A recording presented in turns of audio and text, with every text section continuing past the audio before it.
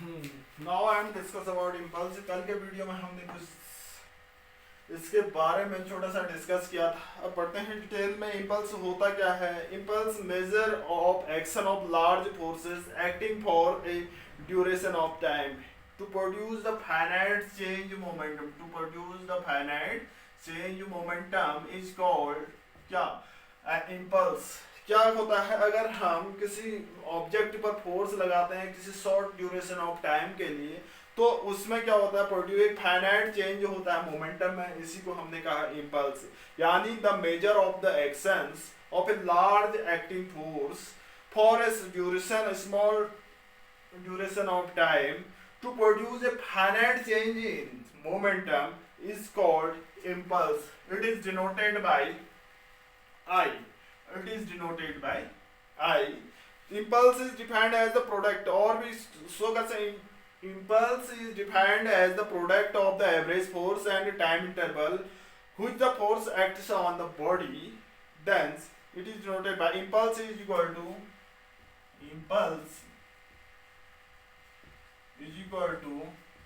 average force into time. ये तो है आपकी इम्पल्स। ठीक है, इम्पल्स एक वेक्टर क्वांटिटी है जो डायरेक्शन फोर्स की होगी। ये क्या है आपकी वेक्टर क्वांटिटी है जो डायरेक्शन फोर्स की होगी, वही इम्पल्स की भी होगी।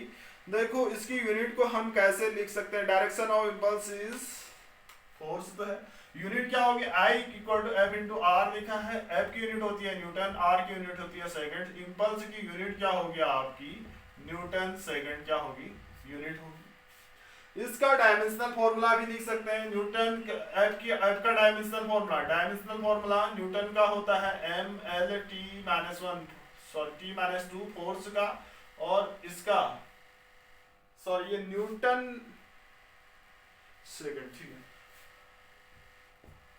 और टाइम का होता है टी, तो ये क्या हो जाएगा आपका M L T minus one. ये क्या हो जाएगा? इम्पल्स का डायमेंशनल फॉर्मूला होगा। तो इसका एक्सप्रेशन कैसे शो कर सकते हैं? देखिए इंपोर्टेंट टॉपिक है आपका expression of consider a constant force. हमने एक कांस्टेंट फोर्स कंसीडर किया। कंसीडर ए कांस्टेंट फोर्स क्या है आपका? सपोज एफ है। Consider a constant force F which acts on a body। कोई किसी बॉडी पर एक्ट हो रही है for time delta T time dt time के लिए किसी बॉडी पर। कोई कंसीडर एक कांस्टेंट फोर्स f है, वो फोर्स किस पर? बॉडी पर एक्ट हो रहा है dt टाइम के लिए, तो उसका हम मोमेंटम यानी स्मॉल टाइम है, तो स्मॉल अमाउंट में भी क्या होगा? इम्पल्स होगा। Impulse i equal to F into T पढ़ा था हमने। तो स्मॉल टाइम टेकन है, तो स्मॉल क्या होगा? इम्पल्स होगा। di equal to F into dt। Small impulse भी होगा di equal to F into dt। If the force acts on a body time interval t1 से t2, ये टाइम कहां से कहां तक वेरी करता है? t1 to t2 find very कर रहा है, तो इम्पल्स कितना होगा? या हम ये भी पढ़ सकते हैं टोटल इम्पल्स फाइंड करने के लिए हमें या तो समेशन करना पड़ता है या integration, both side integration D I equal to integration t1 to t2 f into dt। ये तो है आपका इम्पल्स। तो इंटीग्रेशन डी आई का क्या लिख सकते हैं हम? आई लिख सकते हैं। आई देखो, जो यहां पर जो फोर्स होगा वो एवरेज होगा। F average the force, then F average force की बात कर रहे हैं, ये होगा आपका t1 टू t2 dt का एफ एवरेज। देखो इंटीग्रेशन dt को हम क्या लिखते हैं? t लिखते हैं, तो t की पावर 0, तो इसका इंटीग्रेशन होगा t1 to t2 i equal to F A average into t2 minus t1 upper limit minus lower limit. यहां पर हमने लिमिट वेरी कर दी। तो ये तो क्या है आपका? इम्पल्स है। इम्पल्स इज इक्वल टू हम लिख सकते हैं impulse is equal to I is equal to F average into delta T. Time interval delta T है, तो एक फॉर्मूला ये बन चुका है आपका। ठीक है, ये तो है इम्पल्स। ऐसी हमने according to Newton second rule, हमने न्यूटन का सेकंड रूल पढ़ा था। एफ इज इक्वल टू क्या होता है? Rate of change of linear momentum H equal to dp upon dt, F is equal to dp upon dt। इसको cross multiply करते हैं, F into dt is equal to dp। ठीक है, अब देखो integrating both side with limits, अगर time क्या हो रहा है 0 से t तक वेरी कर रहा है, टाइम 0 से t तक वेरी कर रहा है, इसका मोमेंटम p1 से क्या हो जा रहा है आपका p2 हो जा रहा है। तो बोथ साइड इंटीग्रेट करेंगे तो क्या होगा आपका integrating both side with limits 0 to t को हम 0 से t के बीच और p को p1 टू p2, तो ये क्या हो जाएगा integration 0 to t f into dt integration p1 to p2 dp। तो ये f कॉमन आया, बाहर आया 0 to t dt is equal to integration p1 to p2 dp। ये होगा f into t 0 to t, ये हो जाएगा इसका इंटीग्रेशन dp का p, ये हो जाएगा आपका p1 टू p2, लिख सकते हैं p1 टू p2।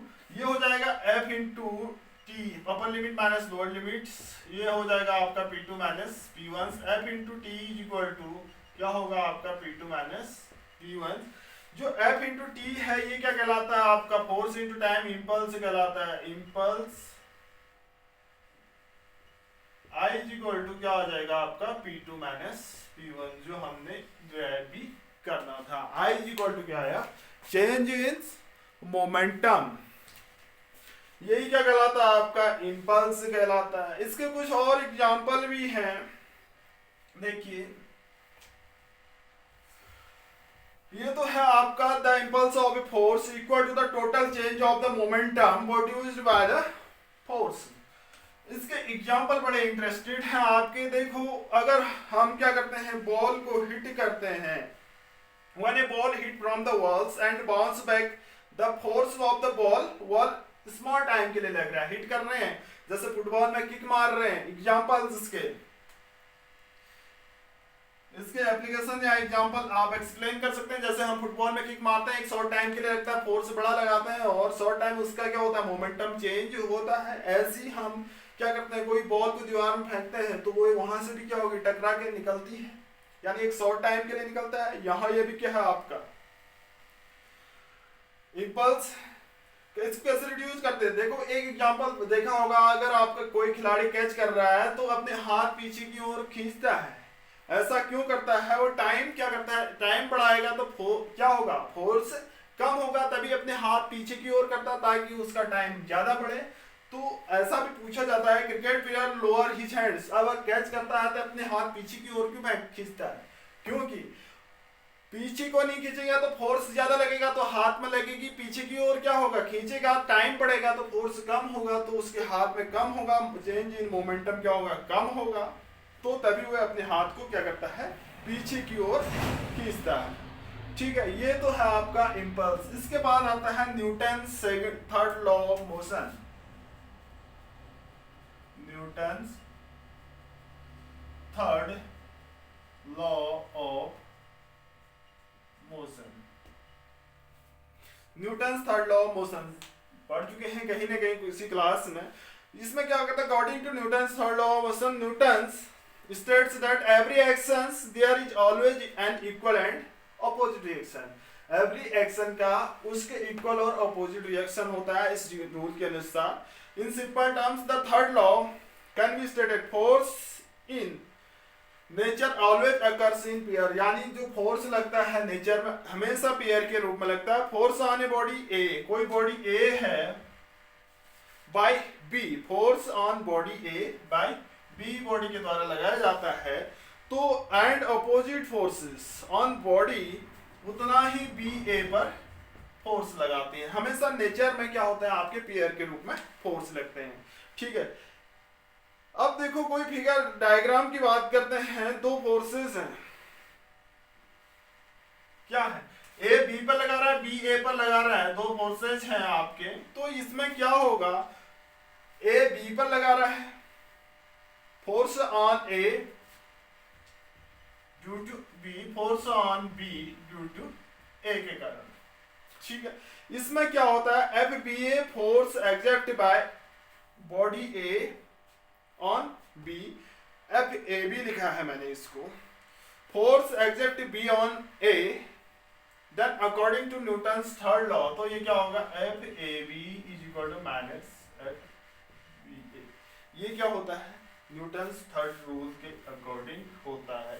कैसा डायग्राम, ये बॉडी A है और ये बॉडी B है, एक फोर्स इधर को दूसरा फोर्स इधर को, ये क्या होगा FAB होगा FAB और ये होगा आपका FBA।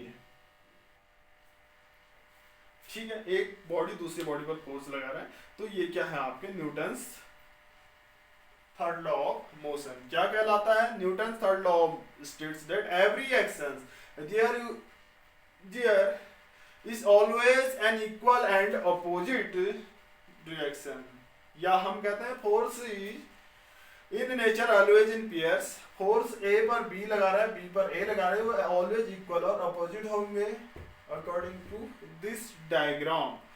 इसके कुछ इंपॉर्टेंट एप्लीकेशंस टाइप के भी पढ़ चुके हैं। जैसे हम चलते हैं, जैसे हम क्या करते हैं चलते हैं तो एक्शन रिएक्शन, यानी हम क्या करते हैं आगे की ओर चलते हैं पीछे की ओर धकेलते हैं, तो ये भी क्या एक्शन रिएक्शन रूल है।